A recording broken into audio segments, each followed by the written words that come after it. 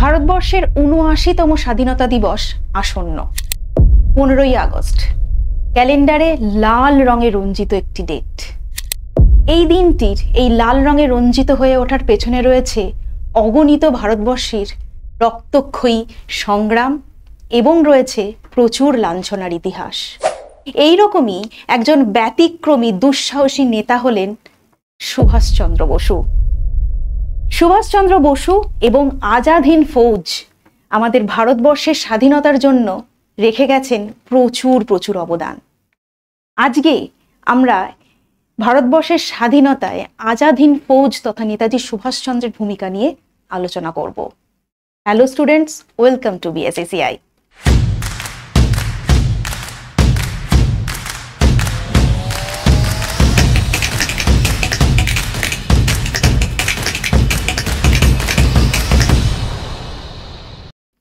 দেখে নেব এই স্বাধীনতা দিবস আমাদের কাছে যে এক অন্যরকম উত্তেজনা নিয়ে আসে, তার পেছনে রক্তক্ষয়ী সংগ্রামটা ছিল কতটা তীব্র। উড়িষ্যার কটকে জন্মগ্রহণ করেছিলেন নেতাজি সুভাষচন্দ্র বোস, একজন আইনজীবীর ঘরে। ছোট থেকে তিনি ছিলেন অত্যন্ত মেধাবী এবং তার দেশমাতৃকার প্রতি ভক্তি ছিল নজরে পড়ার মতো। খুব ছোট থেকেই আমরা দেখছি তার দেশমাতৃকার প্রতি ভালোবাসা। তিনি ICS পরীক্ষাতে সাফল্যের সাথে উত্তীর্ণ হলেন, অথচ তিনি ইস্তফা দিলেন। যখন তিনি ইস্তফা দিয়ে বাড়ি ফিরছেন, সেই টাইমেই তিনি সান্নিধ্য লাভ করলেন বিশ্বকবি রবীন্দ্রনাথ ঠাকুরের। তার দীক্ষাগুরু, রাজনৈতিক দীক্ষাগুরু হয়ে উঠলেন দেশবন্ধু চিত্তরঞ্জন দাস। তোমরা শুনলে অবাক হবেন, এই নেতাজি সুভাষচন্দ্র বসুই কিন্তু ছিলেন কংগ্রেসের প্রথম নির্বাচিত সভাপতি। এবং আরো আশ্চর্যজনক যেটা বিষয়, সেটা হচ্ছে এই নেতাজি সুভাষচন্দ্রের হাত ধরেই কিন্তু আমরা ভারতবর্ষের ন্যাশনাল প্ল্যানিং কমিশন গঠন হতে দেখেছি। সালটা ছিল 1938। এইভাবে চলছে নেতাজি সুভাষচন্দ্রের আমাদের ভারতবর্ষের রাজনীতিতে একটা পদযাত্রা, যেটা কিনা সাফল্যের পতাকা উড়িয়ে নিয়ে যাচ্ছে।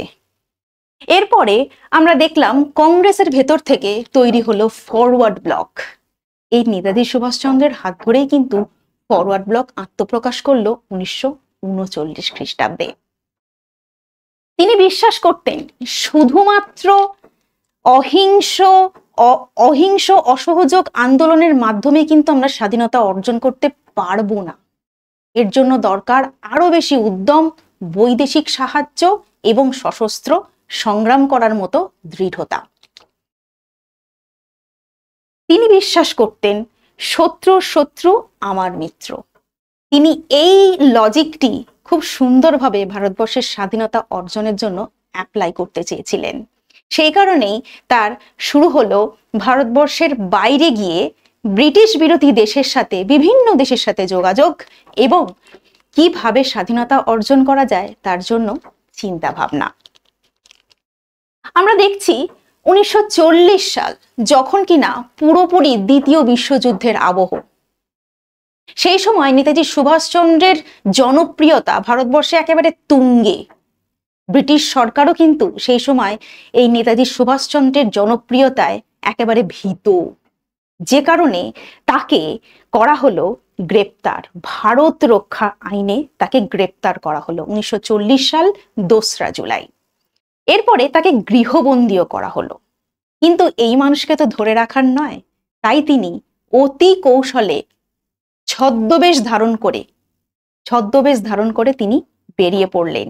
জিয়াউদ্দিন ছদ্মনামে তিনি গৃহত্যাগ করলেন 1941 সালের 17ই জানুয়ারি। তিনি প্রথমে গেলেন কাবুলে, তারপর গেলেন কাবুল থেকে মস্কো। কাবুল থেকে যখন তিনি মস্কে যাচ্ছেন, তখন আবার তার ছদ্মনাম কিন্তু পাল্টে গেল। তখন তিনি অরল্যান্ডো ম্যাটসোটা ছদ্মনাম নিয়ে কিন্তু মস্কে পৌঁছলেন এবং সেখানে স্ট্যালিনের সাথে তার সাক্ষাৎ হলো এবং চলতে থাকলো তার প্রয়াস বৈদেশিক সহযোগিতার। এরপরে আমরা দেখছি তিনি হিটলারের সঙ্গে সাক্ষাৎ করছেন। সালটা হচ্ছে 1941-এর 28শে মার্চ। এমন সময় তার কাছে আমন্ত্রণ আসলো জাপানের প্রধানমন্ত্রী তোজোর। এই আমন্ত্রণকে তিনি উপেক্ষা করতে পারেননি। তিনি এক দুঃসাহসিক যাত্রায় নামলেন সাবমেরিনে করে। 97 দিনের সাবমেরিন যাত্রা করে তিনি পৌঁছলেন জাপান, তোজোর সাথে সাক্ষাৎ করতে। সালটা হচ্ছে 1943 সালের 16ই মে। তিনি পৌঁছলেন জাপানে। জাপানের এই ইংরেজ বিরোধী মনোভাবকে তিনি চেয়েছিলেন ভারতবর্ষের স্বাধীনতার সাথে সংযুক্ত করতে। শুরু হলো তাদের আলোচনা এবং বিভিন্ন কর্মকাণ্ডের প্রয়াস। তবে এই বিষয়টি নিয়ে জাপানের ইংরেজ বিরোধিতাকে ভারতবর্ষের স্বাধীনতার সাথে যুক্ত করে দেওয়ার যে চিন্তা ভাবনা, সেটা কিন্তু প্রথম যার মাথায় এসেছিল সেটা কিন্তু হলেন রাসবিহারী বসু। এই রাসবিহারী বসুর নেতৃত্বেই গড়ে উঠল ইন্ডিয়ান ইন্ডিপেন্ডেন্স লীগ, অর্থাৎ কিনা IIL। কেমন? এবং আরো একজন গুরুত্বপূর্ণ মানুষ যার নাম হচ্ছে ক্যাপ্টেন মোহন সিং, যার নেতৃত্বে তৈরি হলো INA তৈরি হলো, অর্থাৎ কিনা ইন্ডিয়ান ইন্ডিপেন্ডেন্স লীগ বা IIL, যেটা কিনা রাসবিহারী বসুর নেতৃত্বে গড়ে উঠল, এবং ইন্ডিয়ান ন্যাশনাল আর্মি বা INA ক্যাপ্টেন মোহন সিং এর নেতৃত্বে গড়ে উঠল। এবং এই দুটি সংস্থাই একযোগে কাজ শুরু করলো জাপান সরকারের উৎসাহে। IIL এবং INA একসাথে কাজ শুরু করলো 1942 খ্রিস্টাব্দের 15ই জুন। আমরা দেখছি এরপর ক্যাপ্টেন মোহন সিং এবং রাসবিহারী বসুর নেতৃত্বে এই দল কিন্তু যথেষ্ট পরিমাণে দৃঢ় হয়ে উঠেছে। এমন সময় 1942 খ্রিস্টাব্দের 1 সেপ্টেম্বর একটি অধিবেশনে ক্যাপ্টেন মোহন সিং এর নেতৃত্বে 25,000 জাপানি বন্দী সেনা যুক্ত হলো এবং আনুষ্ঠানিকভাবে বলা যেতে পারে আজাদ হিন্দ ফৌজ গঠন হয়ে গেল। ক্যাপ্টেন মোহন সিং ছিলেন আজাদ হিন্দ ফৌজের প্রথম সেনাপতি। এরপরে আমরা দেখব নেতাজি সুভাষচন্দ্র বসুর আগমন। 1943 খ্রিস্টাব্দের 25শে জুলাই সিঙ্গাপুরে একটা বিশাল সমাবেশে সুভাষচন্দ্র বসুকে আমন্ত্রণ জানালেন রাসবিহারী বসু। এবং এই যে আজাদ হিন্দ ফৌজ গঠন হয়েছিল, সেই আজাদ হিন্দ ফৌজের দায়িত্বভার আনুষ্ঠানিকভাবে নেতাজি সুভাষচন্দ্রের উপর তুলে দেওয়া হলো। এই ফৌজের বিশ্বাস, আত্মোৎসর্গ এবং ঐক্য, এই তিনটি ছিল মেন স্তম্ভ। এবং এই বিষয়গুলিকে কাজে লাগিয়েই কিন্তু ভারতবর্ষের স্বাধীনতার স্বপ্ন দেখতে লাগলেন নেতাজি সুভাষচন্দ্র বসু এবং আজাদ হিন্দ ফৌজ। এরপর আমরা দেখছি সুভাষচন্দ্র বসু এই আজাদ হিন্দ ফৌজকে আরো সংগঠনীভাবে প্রতিষ্ঠা করতে চাইছেন এবং তার জন্য এই দলকে বেশ কয়েকটি ব্রিগেডে ভাগ করা হলো। তার মধ্যে রয়েছে Azad brigade, Gandhi brigade, Nehru brigade, Subhas brigade, ঝাঁসি রানী ব্রিগেড, বাল সেনা ব্রিগেড। যদিও এই সুভাষচন্দ্র ব্রিগেড এই নামটায় তিনি ব্রিগেডের নামকরণ করতে একেবারেই সুভাষচন্দ্র বসু চাননি, কিন্তু খানিকটা চাপে পড়েই তাকে এই নামটা দিতে হয়েছিল। অর্থাৎ কিনা আজাদ হিন্দ ফৌজের নেতৃত্ব এবং আজাদ হিন্দ ফৌজের এগিয়ে চলার যত রকম প্ল্যানিং হতে পারে, সুস্পষ্ট প্ল্যানিং হতে পারে, সেগুলো কিন্তু তৈরি হয়ে গেল। এই ঝাঁসির রানী ব্রিগেড যেটা ছিল আজাদ হিন্দ ফৌজের মধ্যে, সেই ঝাঁসির রানী ব্রিগেডে নেতৃত্ব দিচ্ছিলেন লক্ষ্মী স্বামীনাথন নেতৃত্ব দিচ্ছিলেন ঝাঁসি ব্রিগেডের। এবং সুভাষ ব্রিগেডের নেতৃত্বে যারা ছিলেন তার মধ্যে ছিলেন অন্যতম ব্যক্তিত্ব GS ধিলান, PK সেহগাল। আমরা দেখছি 1943 খ্রিস্টাব্দের 21শে অক্টোবর সিঙ্গাপুরে নেতাজি সুভাষচন্দ্র বসু আজাদ হিন্দ ফৌজের সরকার গঠন করেন এবং শুরু হয় এক সফল পদযাত্রা। এবার দেখছি 1943 23শে অক্টোবর আজাদ হিন্দ সরকার ব্রিটেনের বিরুদ্ধে যুদ্ধ ঘোষণা করছে। এবং এই টাইমে আমরা মাথায় রাখবো পরিস্থিতিটা হচ্ছে দ্বিতীয় বিশ্বযুদ্ধকালীন, অর্থাৎ কিনা দ্বিতীয় বিশ্বযুদ্ধকালীন আবহ আন্তর্জাতিক রাজনীতিকে কিন্তু অত্যন্ত তাতিয়ে রেখেছে। 1943 খ্রিস্টাব্দের 6ই নভেম্বর জাপানি প্রধানমন্ত্রী তোজো আনুষ্ঠানিকভাবে সুভাষের হাতে আন্দামান নিকোবর দ্বীপপুঞ্জ, আন্দামান এবং নিকোবর দ্বীপপুঞ্জ দুটি তুলে দিলেন। অর্থাৎ কিনা আন্দামান এবং নিকোবর দ্বীপপুঞ্জ হয়ে গেল স্বাধীন। এই দুই দ্বীপের নাম দেওয়া হলো শহীদ এবং স্বরাজ দ্বীপ। এবং এখানে এই দুই দ্বীপের দেখভালের জন্য কিন্তু গভর্নরও নিয়োগ করা হলো। 1944 খ্রিস্টাব্দের 4 জানুয়ারি নেতাজি রেঙ্গুন পৌঁছে গেলেন এবং ভারতবর্ষের দিকে, অর্থাৎ কিনা দিল্লির দিকে ব্রিটিশ শাসনের এগেনস্টে তার পদযাত্রা শুরু হলো। আমরা দেখছি 1944 4 জানুয়ারি রেঙ্গুনে নেতাজি সুভাষচন্দ্র বসু এবং তারপরে 19 মার্চ আজাদি সেনারা মণিপুরের রাজধানী ইম্ফল দখল করে ফেলছে এবং দেখা যাচ্ছে সেখানে ত্রিবর্ণরঞ্জিত জাতীয় পতাকা উত্তোলন করা হচ্ছে, অর্থাৎ কিনা স্বাধীন ভারতবর্ষের পতাকা উড়ে গেল কিন্তু আমাদের মণিপুরের রাজধানী ইম্ফলে। এবার পরিস্থিতি যেটা দাঁড়ালো সেটা হচ্ছে দ্বিতীয় বিশ্বযুদ্ধের অভিঘাতে সারা বিশ্ববাসী স্তম্ভিত।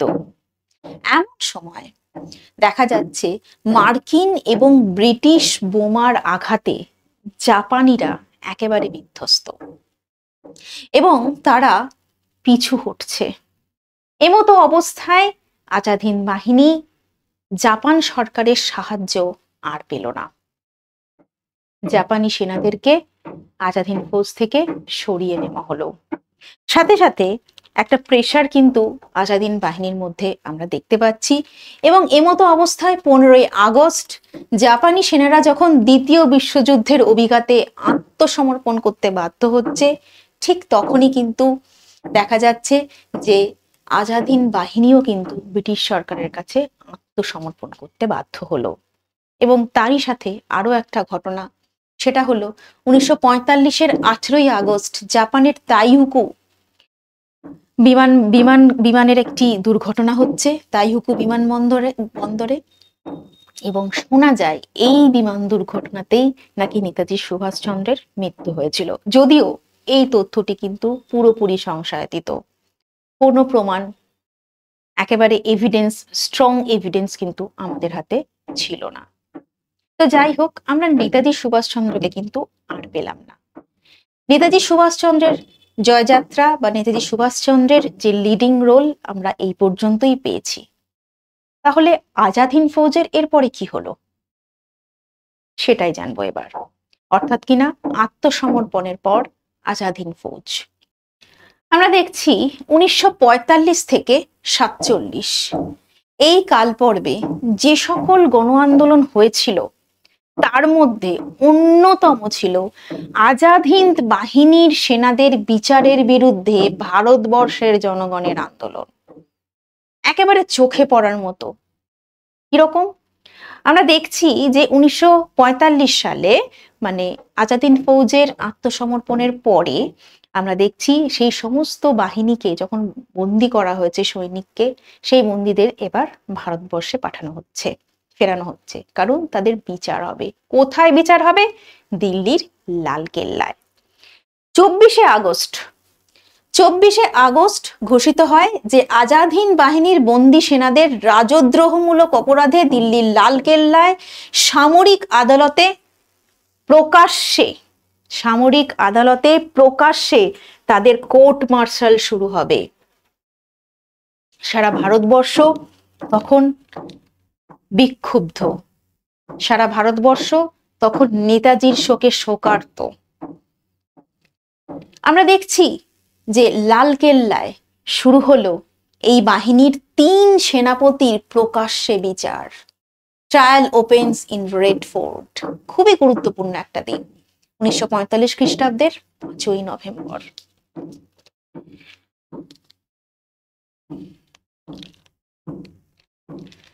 এই আজাদ হিন্দ বাহিনীর পক্ষে সওয়াল করতে আমরা দেখছি এগিয়ে আসছেন কংগ্রেসের প্রথম সারির সমস্ত আইনজীবীরা। তাদের মধ্যে কারা ছিলেন? দুলাভাই দেশাই, জওহরলাল নেহেরু, অরুণা আসফ আলী, তেজ বাহাদুর সাপ্রু এবং আরো অনেক কংগ্রেসের প্রথম সারির আইনজ্ঞরা। শুনলে অবাক হতে হয়, নেহেরু 25 বছর পর তার ব্যারিস্টারি সামলা পরিধান করলেন আজাদ হিন্দ বাহিনীর জন্য মুভ করার জন্য।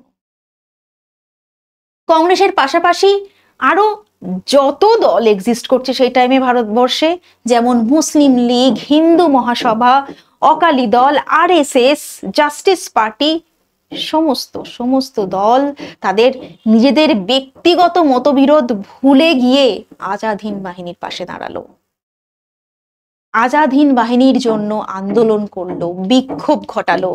সারা ভারতবর্ষ দেখলো এক অন্য রাজনীতির চিত্র। আমরা দেখছি 12ই নভেম্বর পালিত হচ্ছে আজাদ হিন্দ দিবস। জয় হিন্দ, আজাদ হিন্দ সেনাদের মুক্তি চাই, লালকেল্লা ভেঙে দাও, দেশপ্রেমিকরা বিশ্বাসঘাতক নয়, এই সমস্ত স্লোগান সারা ভারতবর্ষের আকাশে বাতাসে মুখরিত হতে থাকলো। এবং দেশের সবচেয়ে বড় সভাটি অনুষ্ঠিত হলো ডিসেম্বর মাসে, 1945-এর ডিসেম্বর মাসে কলকাতার দেশপ্রিয় পার্কে।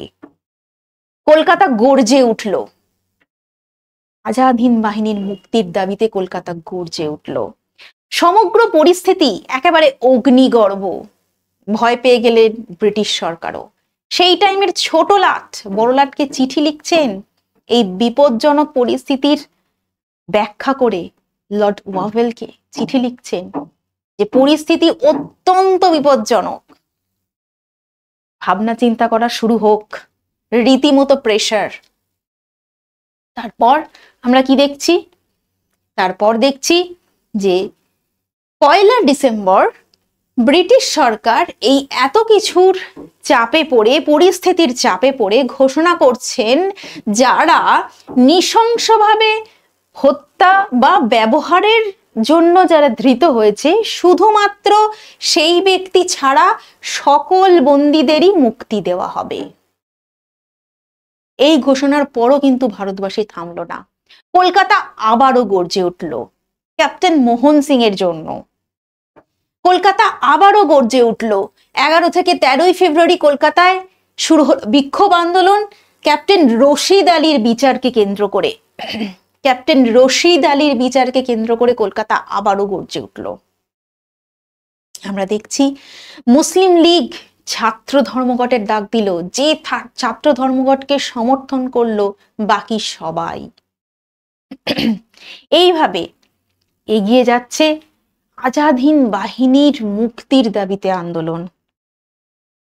তারপরে আমরা দেখছি যে ব্রিটিশ সরকার এবং ব্রিটিশ সংসদীয় প্রতিনিধি একজন, তিনি ভারতবর্ষে ছিলেন, সেই টাইমে অবস্থান করছিলেন। তিনি দেশে ফিরে গিয়ে রিপোর্ট দিচ্ছেন ইংল্যান্ডের প্রধানমন্ত্রীকে, বলছেন আমাদের চটপট ভারত থেকে চলে আসা উচিত, নইলে তারা লাথি মেরে তাড়িয়ে দেবে। ঠিক এই ধরনের বাক্যই উচ্চারিত হলো, আমাদের চটপট ভারত ছেড়ে চলে আসা উচিত। অবশেষে ইংরেজ সরকার আজাদ হিন্দ বাহিনীর সৈনিকদের মুক্তি দেওয়ার কথা বলতে বাধ্য হলেন। এবং এ প্রসঙ্গে ডক্টর অমলেশ ত্রিপাঠী একটি গুরুত্বপূর্ণ উক্তি বলছেন। সেটা কি? তিনি বলছেন, জীবিত নেতাজির থেকে মৃত নেতাজির শক্তি ছিল অনেক গুণে বেশি।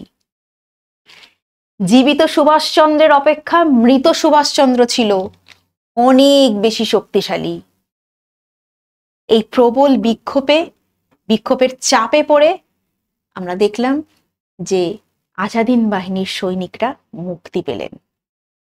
এবং আমাদের ভারতবর্ষের স্বাধীনতার ইতিহাসে এই আজাদ হিন্দ বাহিনী এবং নেতাজির এই যে অবদান, সেটা একেবারে একটা গুরুত্বপূর্ণ অংশই শুধু না, আমাদের ভারতবাসী হিসেবে মনে রাখার মতো, অলওয়েজ মনে রাখার মতো একটি ঘটনা।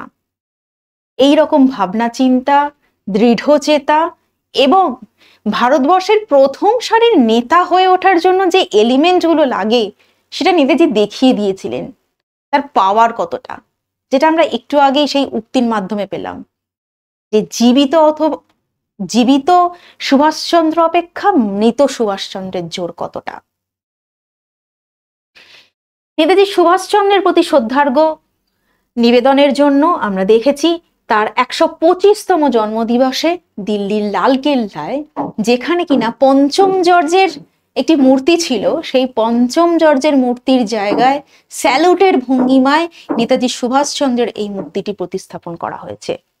তো এইভাবে আমরা দেখছি ভারতবর্ষের ইতিহাসে নেতাজি সুভাষচন্দ্র তথা আজাদ হিন্দ ফৌজের একটা বর্ণময় অধ্যায়।